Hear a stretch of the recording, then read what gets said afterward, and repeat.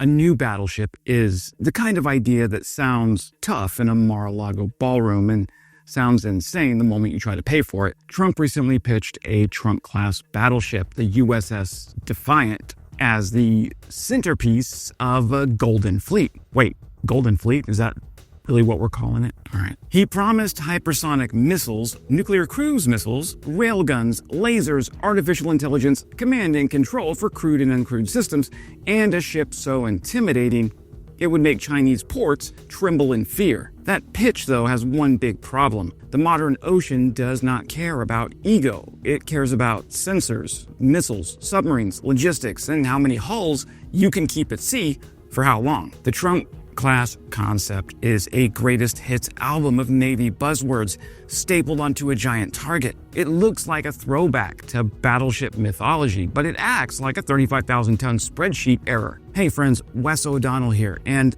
I'm not a Navy veteran, just an Army infantry and an Air Force veteran with a couple of degrees in things like international relations, business, and law. But I did stay at a Holiday Inn Express last night, which qualifies me to talk about battleships. Confidence is high. I repeat, confidence is high. So here's the paradox. This plan looks at the Navy's real problem, which is not enough ships, and it answers with fewer ships, bigger ships, later ships, and more expensive ships. If you want a symbol of power, this plan nails it. If you want combat power in the 2030s, this plan starts to look like a self-inflicted railgun wound. Let's break it down. First, what are we actually talking about? Well, the Trump class is described as a large surface combatant in the 30,000 to 40,000 ton range. The Navy later briefed a more specific picture, at least about 35,000 tons, 840 to 880 feet long, with a beam between 105 and 115 feet, and a top speed above 30 knots. It gets called a battleship, even though battleships historically meant huge armor and gun-centric firepower. The last real U.S. battleships, the Iowa class, left service in the early 1990s after heavy upgrades. Those ships displaced around 57,000 tons at full load and carried armor and 16-inch guns that belonged to a different era. The Trump class is not an Iowa reboot. It is closer to an arsenal ship idea, a missile-heavy surface platform meant to throw large salvos and act as a command node. The renderings show large vertical launch arrays, several 5-inch guns, and a flight deck and hangar sized for a V-22. The official armament list is a mix of real and aspirational. The ship is supposed to carry 128 Mark 41 VLS cells split between bow and stern. It adds a separate 12-cell launcher for intermediate-range conventional prompt strike hypersonic missiles.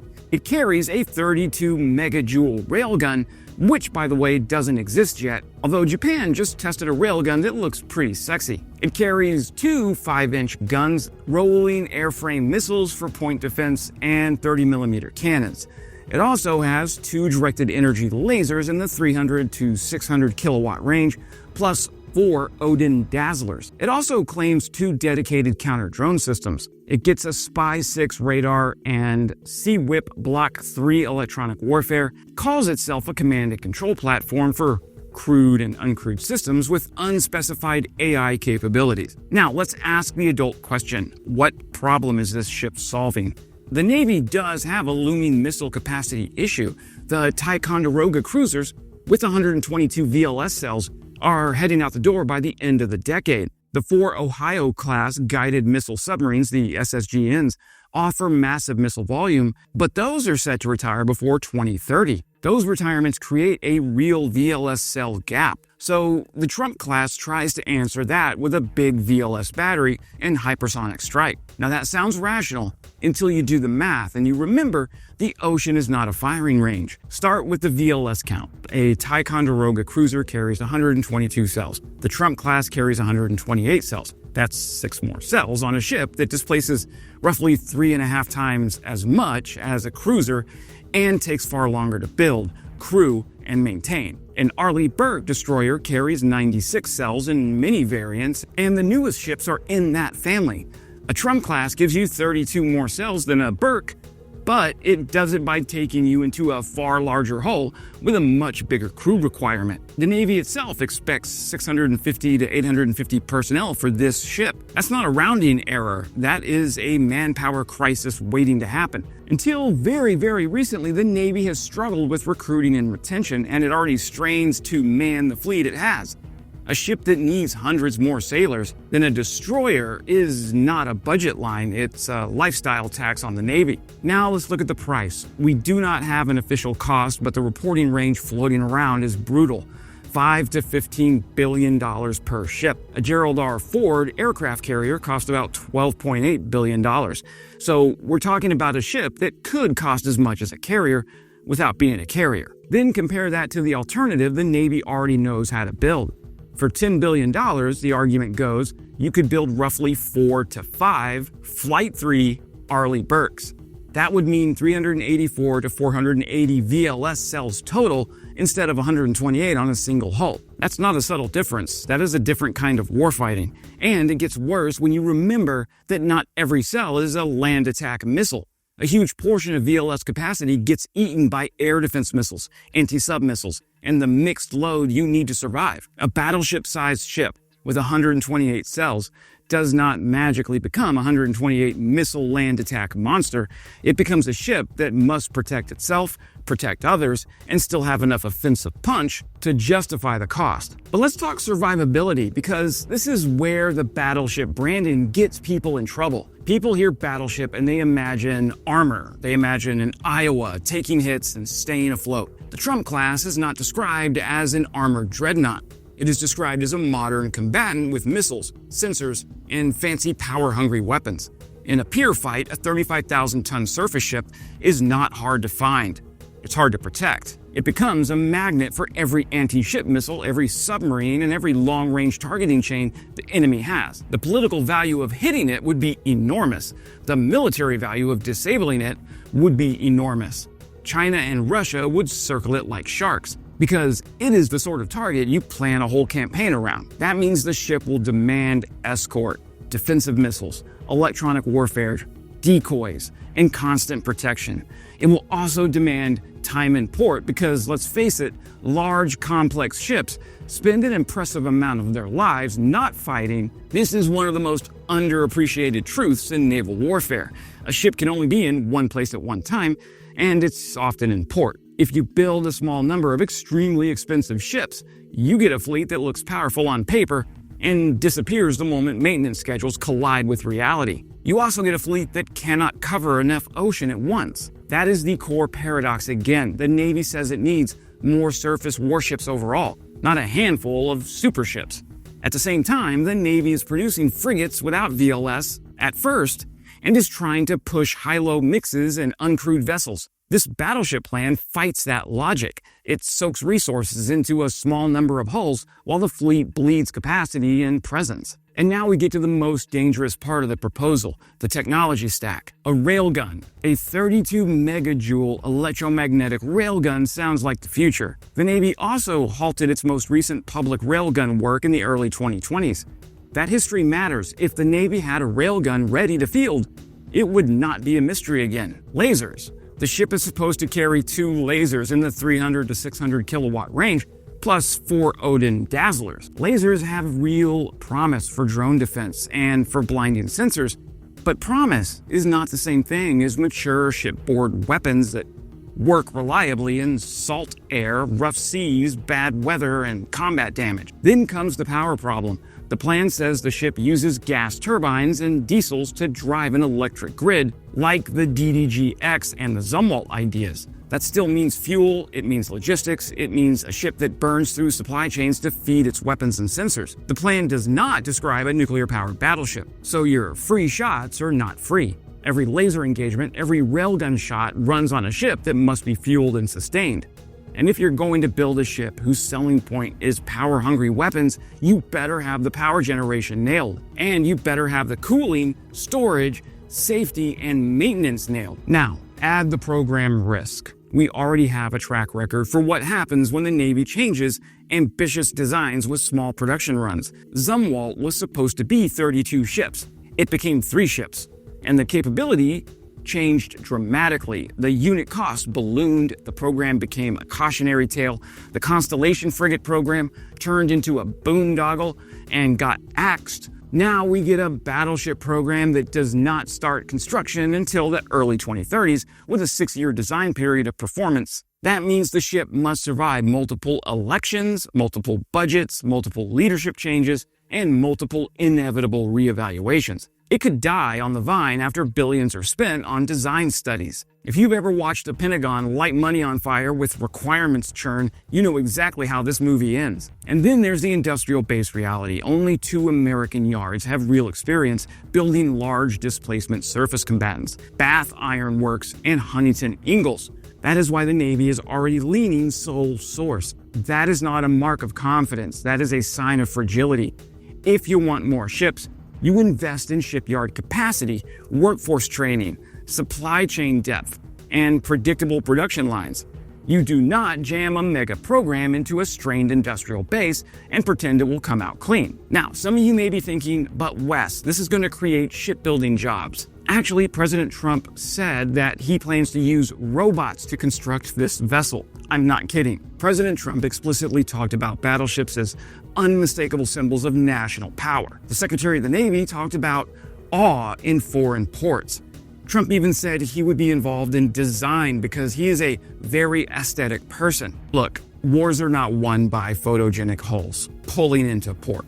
Wars are won by platforms that can fight, that can survive, and keep showing up day after day when the enemy tries to break your tempo. What do I suggest the money should buy instead? Well, if your goal is lethality and survivability and deterrence in the 2030s, you spend money where it changes real outcomes. You build more destroyers, and you fix the production rhythm so they arrive on time.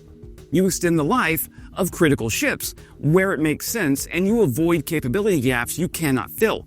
You invest in submarines because submarines remain the most terrifying problem in naval warfare, and Russia has always planned to counter surface formations with subs. You invest in munition stockpiles because a fleet without missiles is a fleet with expensive radar.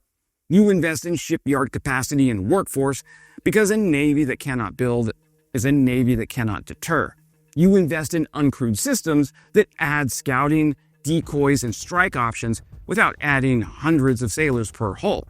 You invest in layered air defenses and electronic warfare because the side that survives the missile salvos gets to keep fighting. If you want a real golden fleet, you make sure your existing ships can deploy, fight, and sustain operations without cannibalizing parts and praying the supply chain shows up. The Trump class, as described, concentrates risk.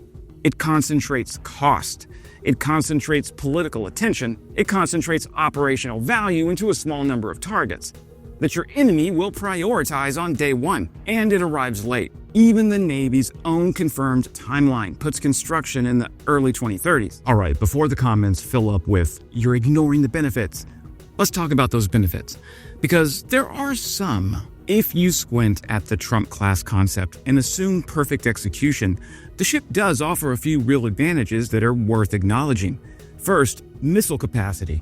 The U.S. Navy is about to hit a very real VLS cliff. The Ticonderoga, as I mentioned, are going away, each with 122 launch cells. The Ohio-class SSGNs are retiring, taking hundreds more missile tubes with them. No amount of optimism changes that math.